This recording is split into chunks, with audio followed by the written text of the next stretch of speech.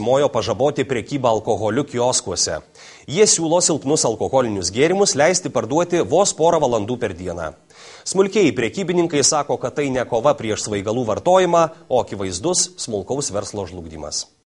Kauno savivaldybė jau parengtas projektas, kaip sugriežtinti prekybą alkoholiu kioskuose bei paviljonuose. Kai kurie politikai siūlo laikinuosiuose statiniuose silpnus alkoholinius gėrimus, alų ir sidrą leisti pardavinėti vos kelias valandas dienos metu. Kol kas kalbama apie popietinį laiką nuo 15 iki 18 valandos. Įstatymai mums tai leidžia padaryti ir norime, kad laikinuose statiniuose alkoholiu būtų prekiaujama kuo mažiau laiko.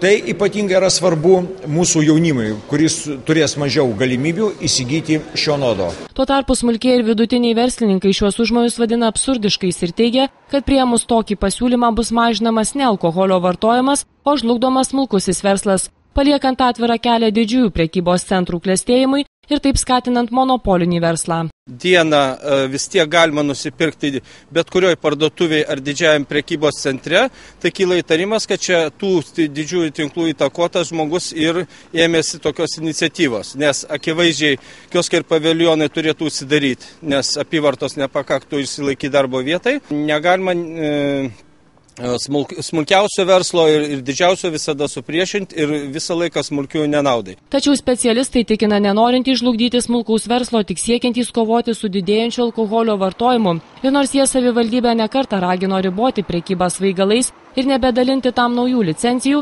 dėja to nepaisoma. Pastebėta, kad išaugo ir tų kioskų skaičius, kuriuose paaugliams lengviau įsigyti alkoholinių gėrimų, mat pardavėjos iš jų neprašo dokumentų. Aišku, yra tam tikra mintis, kad tas vakarinis, popietinis laikas yra tas, kada vaikai jau yra nebe mokykloje, sakykime, nepertraukų metu ir panašiai, nes tų kioskų yra daug iš tikrųjų šalia ugdymo įstaigų ir panašiai, čia gal ir logikos būtų. Bet tiesiog aš nežinau, ar būtų kioskas Kaune, kuriam apsimokėtų 2 valandas ar 3 valandas per parą imtis licenciją prekiauti alkoholiniais gėrimais, greičiausiai ne. Sprendimo projekte siūloma prekybos alkoholio apribojimus kioskų savininkams taikyti jau nuo gruodžio 1, tačiau ar politikai artėjant rinkimams ryšis priimti tokį nepopuliarų sprendimą, dar nežinia.